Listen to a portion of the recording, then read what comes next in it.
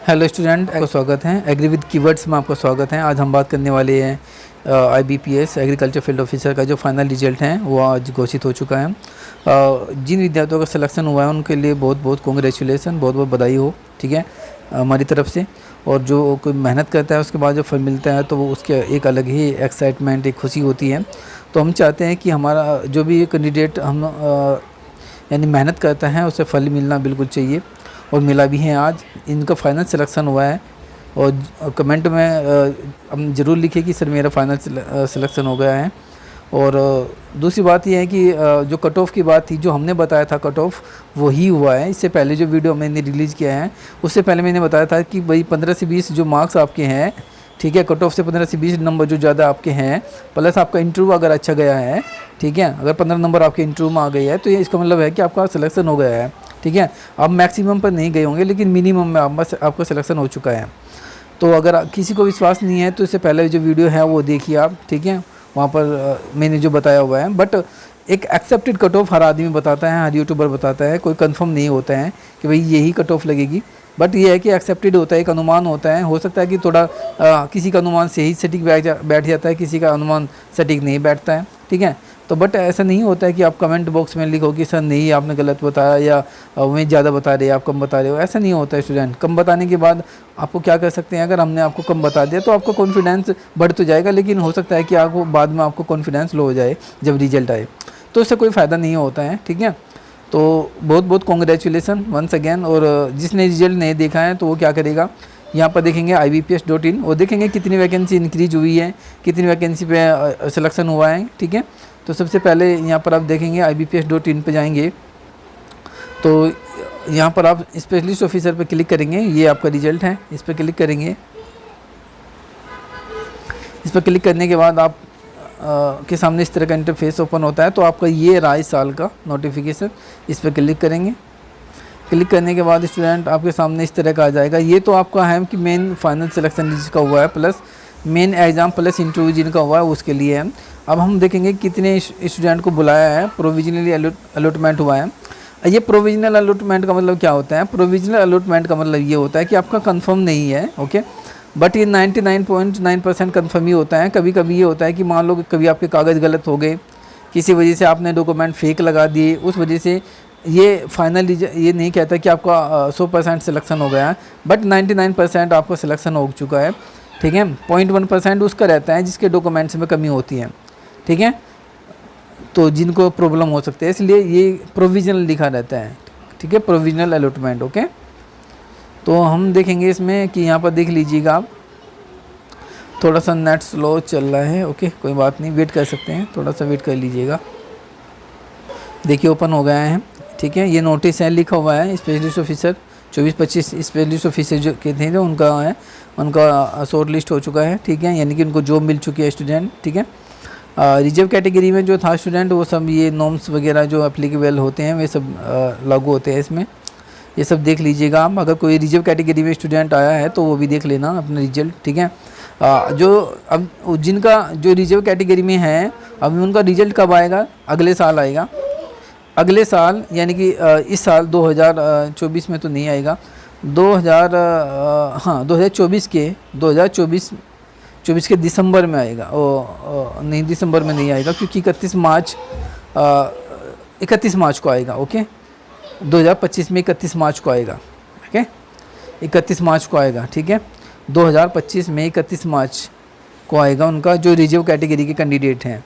किसी कोई बहुत सारे कैंडिडेट ऐसे होंगे कि ये बता रहे होंगे कि सर हमारा रिजर्व कैटेगरी है। तो रिजर्व कैटेगरी का मतलब ये होता है स्टूडेंट कि आपको रिजर्व में रखा गया है, आपको अभी वेटिंग में रखा गया है। आप वेटिंग में कह सकते हैं कि अभी आपको वेट करना पड़ेगा, हो सकता है कि आपकी वैकेंसी आप क्लियर हो जाए या नहीं हो जाए, ठीक है।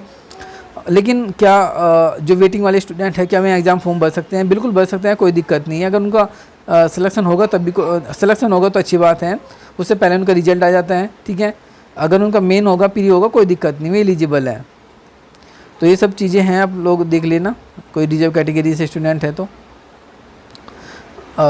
ये सब आप, ओके, लिस्ट ये सब है।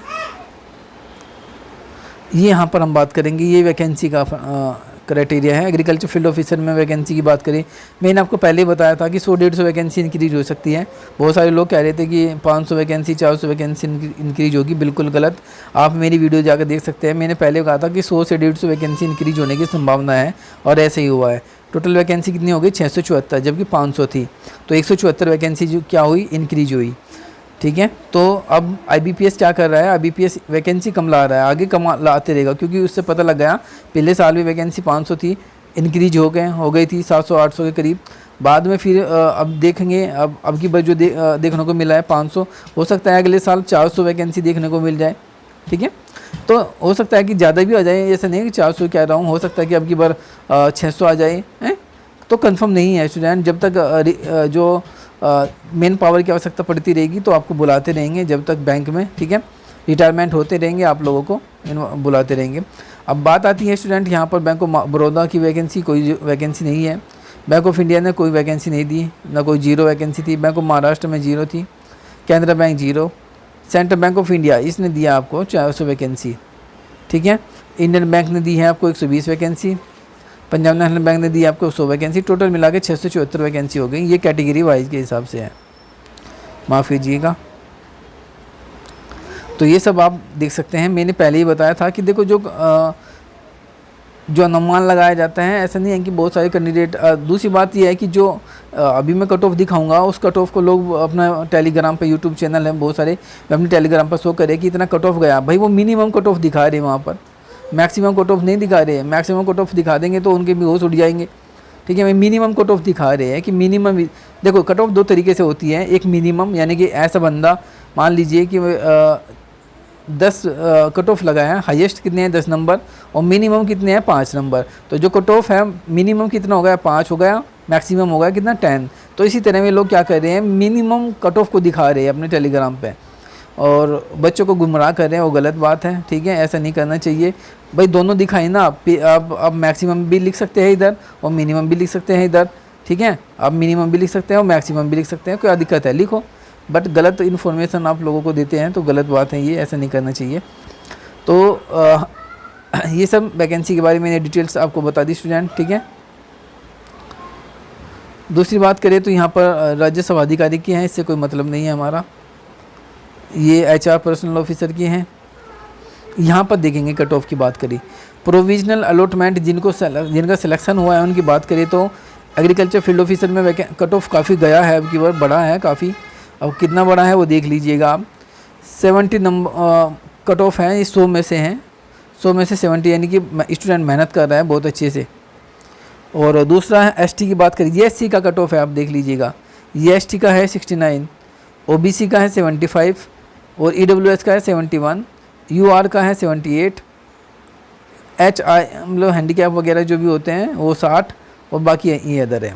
ठीक है, ये सब देख लेंगे, ये सब फिजिकल हैंडीकैप वगैरह होते हैं। अब देखो वैकेंसी इतना ज़्यादा, सॉरी कट ऑफ इतना ज़्यादा क्यों गया, बिल्कुल वैकेंसी कितनी है 674 है। ओके, वैकेंसी 674 है, पूरा भारत लगा है, पूरा महाराष्ट्र हो चाहे उत्तर प्रदेश हो, बंगाल हो, मध्य प्रदेश हो, हर स्टेट का, बिहार का बच्चा हो चाहे बिहार से हो। बहुत बढ़िया बात है, अच्छी बात है कि बच्चा मेहनत कर रहा है। हम तो चाहते हैं कि भाई बच्चा मेहनत करे, उसका सिलेक्शन हो।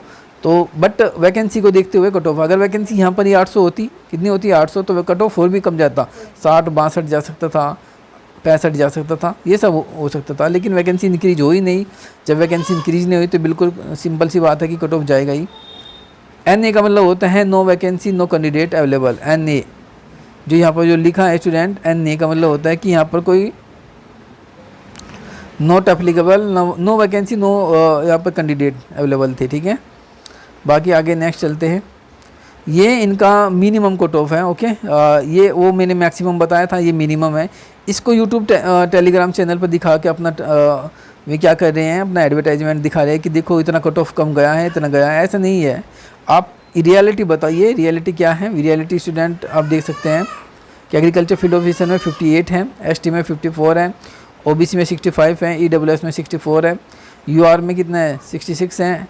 ये सब आप देख सकते हैं। अब देखो SC में 58 है और मैक्सिमम कितना है, मैं ये मिनिमम था 58 और अभी मैं आपको मैक्सिमम दिखाता हूँ। अभी एक जस्ट सेकेंड, मैक्सिमम दिखाता हूँ। मैक्सिमम देखो 70, 58 माइन अगर आप 70 में से 58 घटा देंगे तो देख लीजिए स्टूडेंट 10% होगा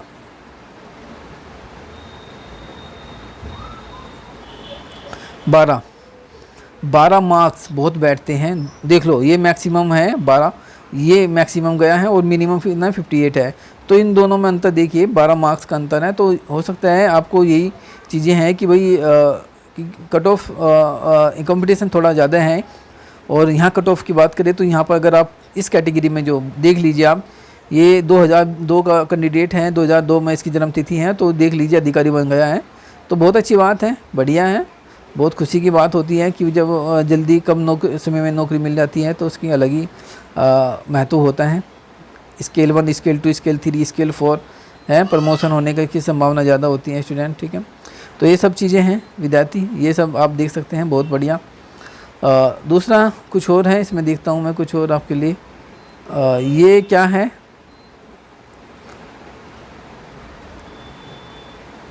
अच्छा रिजर्व लिस्ट का है, ये रिजर्व कैटेगरी का है। रिजर्व कैटेगरी की बात करें तो 57 पे गई एससी की, एसटी 53 पे गया, ओबीसी 64, ईडब्ल्यूएस की बात करिए इतना। ये रिजर्व कैटेगरी है। और रिजर्व कैटेगरी का क्या मतलब है सर, रिजर्व अच्छा इन्होंने रिजर्व का भी जो कैंडिडेट रिजर्व लिस्ट में थे उनका भी स्कोर कार्ड यानी कि रिजल्ट जो था प्रोविजनल अलॉटमेंट का इसी के साथ निकाल दिया, आज के डेट में ही निकाल दिया। बट मैं एक दिन पहले निकालते थे, बट अब की बारी निकाल दिया फर्स्ट टाइम। तो ये सब चीज़ें चेंजिंग हो रही है, आपको ध्यान रखना चाहिए, ठीक है। तो ये रिजर्व कैटेगरी का है, जो रिजर्व कैंडिडेट थे पिछले साल वे आप देख सकते हैं कि इतना था। तो बस इतना ही मैं आपको बताना चाहता था कि रियलिटी क्या है स्टूडेंट, ठीक है। जो भी चीज़ें हम बताते हैं आप उसको फॉलो कीजिए, ठीक है। अगर वीडियो पसंद आता है तो वीडियो को लाइक ज़रूर करें, वीडियो अगर पसंद आता है तो वीडियो को लाइक करें, चैनल को सब्सक्राइब करना ना भूलें स्टूडेंट, ठीक है।